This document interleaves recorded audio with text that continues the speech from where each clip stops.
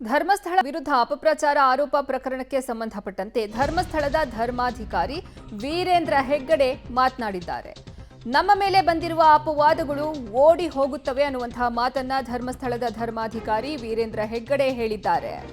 ಈ ದೀಪಾರಾಧನೆಯಿಂದ ಕ್ಷೇತ್ರದ ಅಪಾಯ ದೂರವಾಗುತ್ತದೆ. ನಾನು ಮಾತನಾಡಬಾರದು ಎಂದು ಕಾನೂನು ಇದೆ, ಹಾಗಾಗಿ ನಾನು ಹೆಚ್ಚು ಈ ಬಗ್ಗೆ ಮಾತನಾಡೋದಿಲ್ಲ. ಬಡತನ ಹೋಗಲಾಡಿಸಬೇಕು ಅನ್ನೋದು ನಮ್ಮ ಗುರಿ ಆಗಿದೆ. ಹಿಂದೂ ಧರ್ಮ, ಸನಾತನ ಧರ್ಮ ಉಳಿಲಿ. ದೀಪಾರಾಧನೆ ಕಾರ್ಯಕ್ರಮದಲ್ಲಿ ವೀರೇಂದ್ರ ಹೆಗ್ಗಡೆ ಹೇಳಿಕೆಯನ್ನ ಕೊಟ್ಟಿದ್ದಾರೆ. ಧರ್ಮಸ್ಥಳ ವಿರುದ್ಧ ಅಪಪ್ರಚಾರ ಆರೋಪ ಪ್ರಕರಣಕ್ಕೆ ಸಂಬಂಧಪಟ್ಟಂತೆ ಧರ್ಮಸ್ಥಳದ ಧರ್ಮಾಧಿಕಾರಿ ವೀರೇಂದ್ರ ಹೆಗ್ಗಡೆ ಅವರು ಪ್ರತಿಕ್ರಿಯೆಯನ್ನ ನೀಡಿದ್ದಾರೆ. ದೀಪಾರಾಧನೆ ಕಾರ್ಯಕ್ರಮದಲ್ಲಿ ಅವರು ಹೇಳಿಕೆಯನ್ನ ಕೊಟ್ಟಿರೋದು ಹಿಂದೂ ಧರ್ಮ, ಸನಾತನ ಧರ್ಮ ಉಳಿಬೇಕು, ನಮ್ಮ ಮೇಲೆ ಬಂದಿರುವಂತಹ ಅಪವಾದಗಳು ಓಡಿ ಹೋಗುತ್ತೆ ಅನ್ನುವಂತಹ ಮಾತನ್ನ ಹೇಳಿದ್ದಾರೆ. ತಕ್ಷಣ ಕತ್ಲೆಗಳೆಲ್ಲ ಓಡಿ ಹೋಗ್ತವೆ. ಹಾಗೆ ನಮ್ಮ ಮೇಲಿರೋ ಅಪವಾದಗಳೆಲ್ಲ ಓಡಿ ಹೋಗ್ತವೆ. ನಿಮ್ಮೆಲ್ಲರ ಪ್ರಾರ್ಥನೆಯಿಂದಾಗಿ ಈ ಕ್ಷೇತ್ರ ರಕ್ಷಣೆ ಆಗ್ತದೆ. ಕ್ಷೇತ್ರಕ್ಕೆ ಯಾವುದೇ ಅಪಾಯ ಆಗೋದಿಲ್ಲ.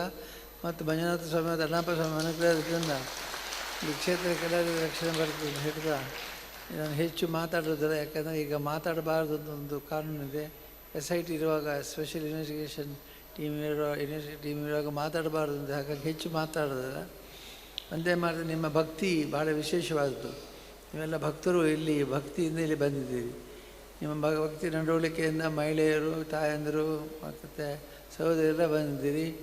ಬಂದು ಸ್ವಾಮಿ ದರ್ಶನ ಮಾಡಿದ್ದೀರಿ. ನೀವೆಲ್ಲ ಹಿಂದೆ ಬಂದಿರಬಹುದು, ಆದರೆ ಇವತ್ತು ಪ್ರತ್ಯೇಕವಾಗಿ ದರ್ಶನ ಮಾಡಿ ಅನುಗ್ರಹ ಪಡೆದು ಇನ್ನೊಮ್ಮೆ ನಿಮ್ಮ ಎಲ್ಲರ ಪರ ನಾನು ಮತ್ತು ಶ್ರೀಮತಿಯವರು ಪ್ರಾರ್ಥನೆ ಮಾಡಿ ಉದಯ ತಕ್ಷಣ ಕತ್ಲೆಗಳ ಈ ಬಗ್ಗೆ ಹೆಚ್ಚಿನ ಮಾಹಿತಿ ನೀಡ್ತಾರೆ ನಮ್ಮ ಪ್ರತಿನಿಧಿ ಸುಖಪಾಲ್. ದೂರವಾಣಿ ಸಂಪರ್ಕದಲ್ಲಿ ಜಾಯ್ನ್ ಆಗ್ತಿದ್ದಾರೆ. ಸುಖಪಾಲ್, ಒಂದ್ ಕಡೆ ಈಗ ವಿಠಲ್ ಗೌಡ ಸ್ಫೋಟಕ ಹೇಳಿಕೆಯನ್ನ ಕೊಟ್ಟಿರೋದು, ಹಾಗಾದ್ರೆ ಮಹಜರು ನಡೆಸಿದಾಗ ಇದನ್ನ ಯಾಕೆ SIT ಅಧಿಕಾರಿಗಳು ಇನ್ನೂ ರಿವೀಲ್ ಮಾಡಿಲ್ಲ ಈ ವಿಚಾರವನ್ನ, ಈತ ಹೇಳಿದ ವಿಚಾರವನ್ನ?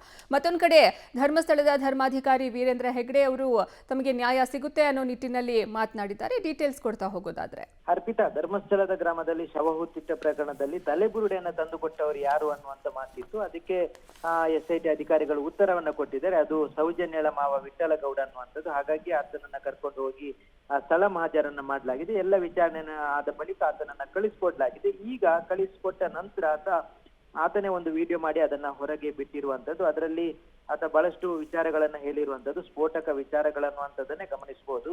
ಬಂಗ್ಲಗುಡ್ಡಿಗೆ ನನ್ನನ್ನು 2 ಸಲ ಮಾಜರಿಗೆ ಕರ್ಕೊಂಡು ಹೋಗಿದ್ದಾರೆ. ಅಲ್ಲಿ ಆರಂಭದಲ್ಲಿ 3 ಮನುಷ್ಯರ ಕಳೆಬರಗಳು ಸಿಗುತ್ತೆ.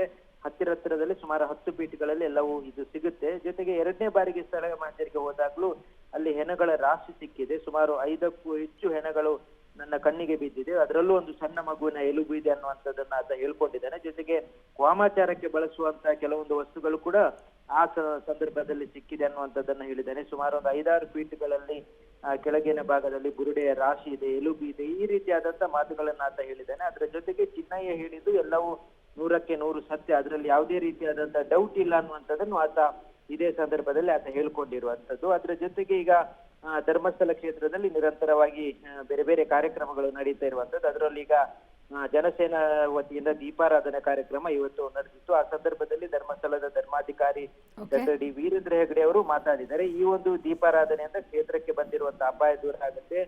ಹಾಗಾಗಿ ನಿಮ್ಮ ಬಂದವರಂತ ಭಕ್ತಿ ಏನಿದೆ ಅದೆಲ್ಲ ವಿಶೇಷವಾಗುವಂತದ್ದು ಅನ್ನುವಂಥದ್ದನ್ನು ಅವರು ಈ ಸಂದರ್ಭದಲ್ಲಿ ಹೇಳಿರುವಂತದ್ದು. ಅರ್ಪಿತಾ, ಧನ್ಯವಾದ ಸುಖಪಾಲ್ ನಿಮ್ಮೆಲ್ಲ ಮಾಹಿತಿಗಾಗಿ.